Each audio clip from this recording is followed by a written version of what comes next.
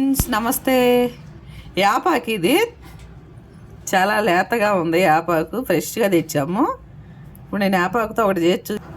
ఇది నేను మిక్సీలో కోసి వేసి ఒక గ్లాస్ వాటర్ వేసి మిక్సీ నిండా పట్టేసేసా. దీన్ని టాకులు ఇందులో ముంచి చెట్లు ఏమి వేయకుండా యూరియా కానీ ఈ పొటాస్ ఏమి వేయకుండా ఎట్లా ఫ్రెష్గా ఉంటాయో తెలుసా?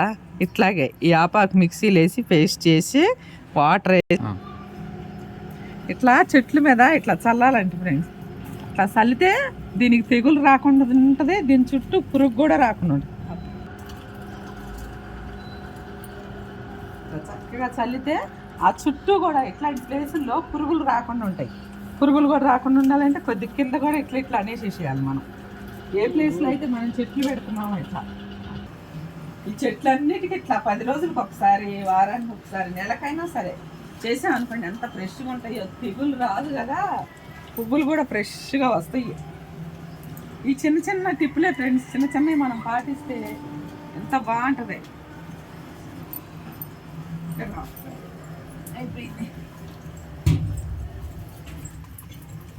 ఇట్లా తీమన్నా కదా, మళ్ళీ ఇట్లా తీస్తున్నావు. చిన్నదే అది ఇట్లాది ఇట్నేది నన్ను దీవా. ఎక్కువ తెగులు వస్తేనేమో యాప నూనె దొరికిద్ది.